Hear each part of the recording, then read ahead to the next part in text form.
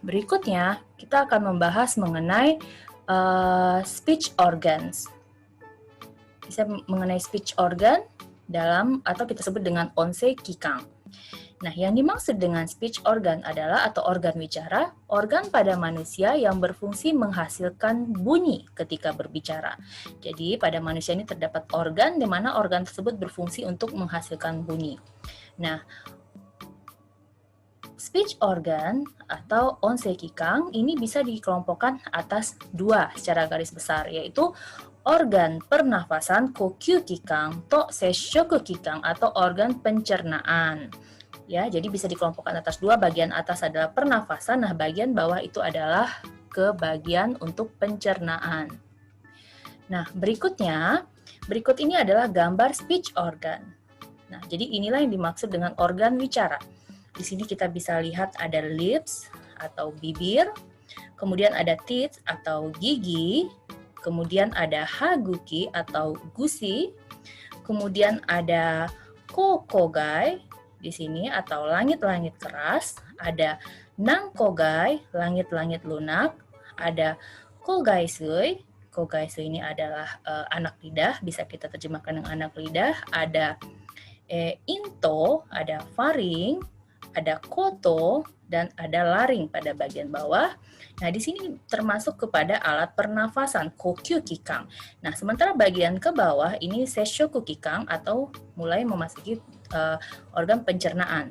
Kemudian kita bisa melihat ada seimong atau glotis, pintu gerbang tempat masuk ke pita suara. Kemudian ada seitai, nah di sini ada pita suara. Kemudian adanya biko, ya, biko berada di sini atau rongga hidung. Kemudian ada koko. Nah, seluruh ini kita sebut dengan koko atau rongga mulut, dan terakhir ada shita atau kita sebut juga dengan lidah. Nah, ini adalah organ-organ yang kita gunakan ketika berbicara untuk menghasilkan alat ucap.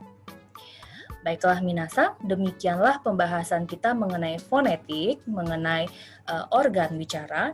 Untuk lebih detailnya, minasang bisa membaca dan mencari lebih jauh mengenai organ bicara dalam bahasa Jepang. Nah, untuk assignment, silakan dikerjakan Onseigaku no Hangi ni tsuite setsumei shite kudasai. Silakan jelaskan mengenai ruang lingkup dari fonetik bahasa Jepang itu apa saja. Kemudian Onsei kikang ni tsuite setsumei shite kudasai. Silakan jelaskan juga mengenai organ bicara atau speech organ dalam bahasa Jepang. Oke, baiklah. Bagaimana minasang? Do deshita ka? Sesudah menyaksikan video mengenai Introduction of Linguistics dan mengenai fonetik dalam bahasa Jepang beserta fonologi dalam bahasa Jepang, apakah sudah cukup paham? Dari video tersebut kita bisa melihat bahwa perkembangan linguistik dalam bahasa Jepang itu sejak kapan terjadinya, dan kemudian kita juga bisa melihat masing-masing huruf Jepang itu diproduksi oleh alat ucap seperti apa. Dan terakhir itu untuk skop yang lebih besar lagi, huruf-huruf atau kata dalam bahasa Jepang itu bagaimana cara kita mengucapkannya, bagaimana aksen yang tepat, bagaimana intonasi yang tepat, dan lain sebagainya. Diharapkan dengan kumpulan video tadi itu bisa membantu minasang untuk belajar bahasa Jepang, dan diharapkan juga bisa membantu minasang untuk bisa berintonasi atau mengeluarkan aksen dalam bahasa Jepang secara tepat. Baiklah, demikian rangkaian video mengenai Introduction of Linguistics, Fonetik, dan Fonologi dalam bahasa Jepang.